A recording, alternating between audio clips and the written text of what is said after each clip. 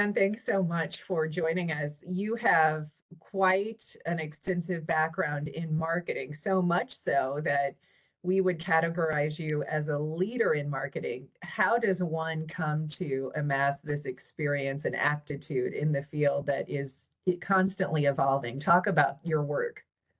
It's really been a journey, Tara, and really an evolutionary journey. And, at the outset of my career and really making a conscious decision that marketing was a profession that I had a true passion for. The idea of connecting and communicating with audiences was just something that it inside and you just have a positive passion for it. And once I determined that, something that was important for me as a young professional was to go and really get the work experience that would really teach me the foundations, give me the solid principles that I could grow and expand from. And so I went into packaged goods, and that was a great training ground, the ultimate competitive marketplace. And I worked in hot cereals of all places, right? Marketing to consumers. But from there, with the emergence of technology, and specifically wireless, moved into the wireless space and really have focused for quite a while over the last couple of decades on business to business marketing, specifically around technology solutions, which has just been fast moving, competitive, exciting, challenging, all of those things at the same time to apply the marketing craft. How do you begin to whittle down, the thousands of complexities around marketing, especially on the tech side? Because when we think about, as you describe, a constantly fluid situation, is it hard to determine where to go, what to do, and how to make it stick? Talk about that process. Yeah, one of the things that I was fortunate enough to learn over time was the importance of really starting your thinking with the customer, with your audience, and really understanding and being able to define who they are, what their priority needs are. And once you understand those needs as a marketer, it's so much easier to build out the appropriate messaging, the compelling messaging, the proof points, the reasons why, to be able to encourage and influence the behavior that you're seeking, which may be purchase, it may be purchase and referral and advocacy for your particular solution. But one of the things I observed early in my career, working around a lot of different technologies, a lot of new product development, there's a natural tendency to want to be more inward focused in organizations and really become enamored with, we used to call it speeds and feeds. I think that's a common term for it, the features and the function of your particular solution. And it's important to develop those in alignment with what the needs are. But when you communicate and connect, people want to know that you understand them and that you're solving problems that they have. More important to focus on that than just communicating a laundry list of features, speeds, and feeds. And so that's a really important distinction. We hear so much the buzzwords of user experience and customer success and all of the sort of hot topics that are being tossed around, especially when it comes to technology and how it's being delivered and adopted. So what do you advise somebody, to begin to sort of accomplish that one bite at a time, so to speak? I mean, how do you, if someone came to you and said, I need help, what are some of the best practices or the places to start that would really be effective? Yeah, so I think there's a couple of things. So again, it starts with the right kind of dialogue and inquiry to where you can get a very clear understanding of what that specific problem set is. So rather than leaving it generic, I've got problems, come help me, it's like, let's break this down into what are those very specific problems and needs that you have. Once you have an understanding of that, then it's much easier for you as a marketer or as an organization that has developed a broad set of solution and support to be able to then build awareness as to what are those supports. And the supports can take a number of different forms. Supports in the way of proof point examples, testimonials, and success stories. I found that can be some of the most compelling form of supports for someone who's trying to make a decision. they want to see people like themselves that have successfully achieved outcomes. And if you're able to deliver those compelling examples, it can be a really, really effective tool in helping move them along this buyer's journey. So testimonials and success stories. Other examples would be vivid tutorials. Videos are a very effective way of really walking through and showing what are the components of the solution, how does it work, be able to demonstrate how easy it is for a user to really come in and engage, if it's software, to navigate and really capture the full power of the functionality of that. So really those enablement tools, right, that allows that customer to be able to visualize what that experience would be. And then the third component, which is important in many of the organizations that I've had, is to really think about this relationship is not just a point in time. It's not transactional. It's really a long-term strategic relationship. And so to provide the right kind of engagement and support after the sale, it's not just about getting to the sale. That's an important first step, but how are you going to engage with them? And you mentioned customer success. Do you have resources that are dedicated or focused to that customer that can check in on them and be able to proactively see if there are any issues on implementation, right? And implementation and usage, and be able to offer ideas and spark better utilization of that solution. So it's really the full spectrum of helping on the front end leading up to the sale, but then being very focused in managing a long-term strategic relationship by engaging after the sale.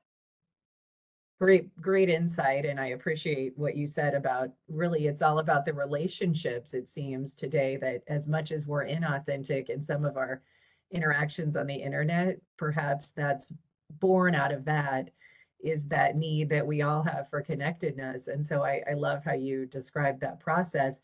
So much of your insight you wanted to share, and you've now published a book to capture some of your, best tips and tricks that others can learn from. Tell us about the book and why you wanted to take on such a big project.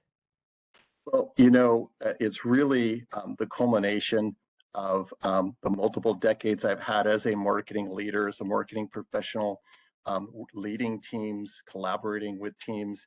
And at a very early stage of my career, I made a very personal choice. The personal choice was the kind of leader that I aspire to be.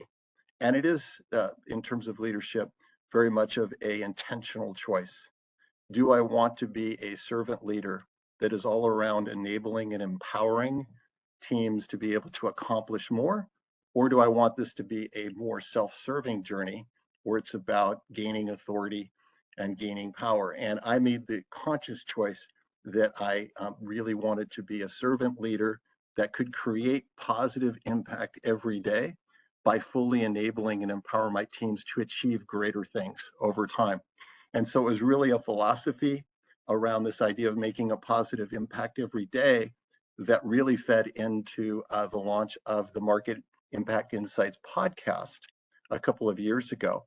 And I've been blessed to speak with leaders from around the world, over 100 episodes now on the podcast, sharing their perspectives on exceptional leadership and making a positive impact every day.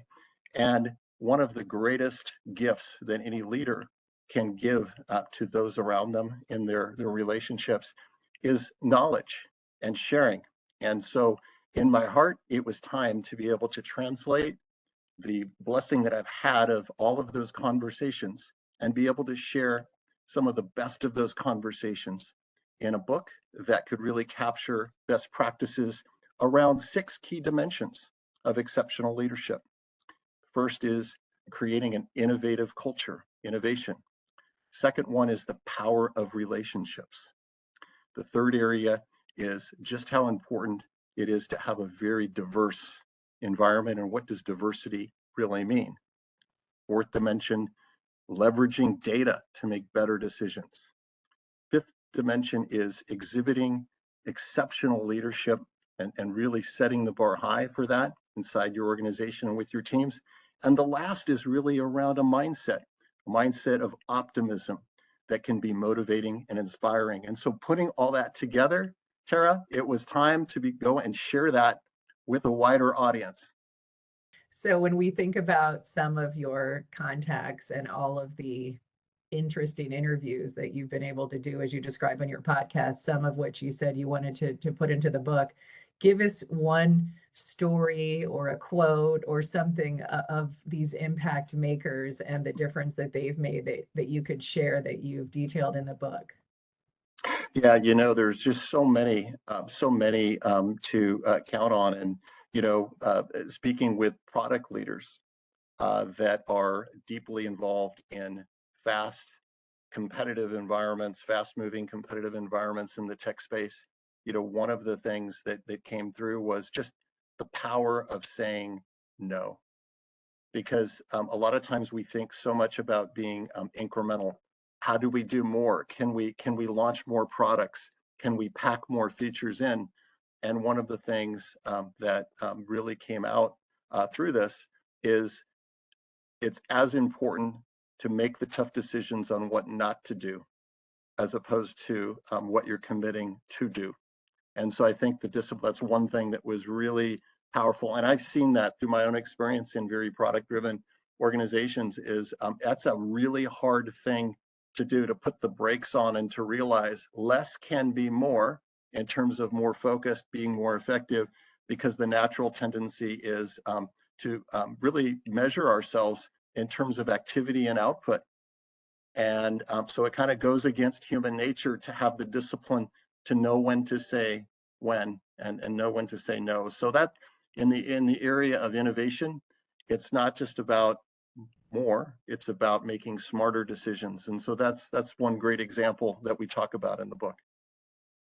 Thank you for that. And so true, because with everyone being hung up on data and analytics, we sometimes forget there are people behind those measurable outcomes, and we all have feelings too. So I think that's so cool that you are encouraging people to voice, you know, when they've reached the brink, so to speak. Is there anything else that you would like to share? You've just been so kind to give me your time and impart some of what, you know, others can check out in your book. Yeah, I would just leave in terms of practice of exceptional leadership and the legacy that you can leave at being a servant leader, ultimately by empowering and elevating your teams to achieve even more than maybe they thought was possible. That really there are kind of three cornerstones around that I talk about in the book that are really important for leaders to take to heart. And it's a real opportunity. This is how you drive the impact. And the first is really to have an empowering mindset. Again, not command and control, but empowering and really having the humility to know that it's not just about you. It's about giving your teams the tools, removing the barriers for them to be able to achieve greater success. And by them achieving greater success, then you are more successful as a leader. So empowerment is the first one. The second one that really over time I've seen how important this is to play out, which is an environment of transparency, which is open, honest. It's okay to show vulnerability to your team. This is not about leaders projecting this ideal perfection. We're humans. We make mistakes. Be very vulnerable and being very open when you do make mistakes as a learning opportunity and setting the right example for your teams, but also creating those continuous connection pathways and accessibility, being highly accessible and sharing of information. There's the good news, and then there's the challenging, not so good news. Share it. Be connecting, be available to your teams. And then the last one is accountability. It's personal accountability to meet commitments. And if you're not on track to meet the commitments, to again have the openness and having the confidence to say, I'm not going to meet this goal, and here's why. Setting that example and letting your team know that it's okay. It's okay. Things don't always go according to the original plan, and it's okay to be open, honest, but at the end of the day, to take responsibility and accountability. And it's what I call the triad of leadership, and really powerful concept that I'm really excited to share more about in the book.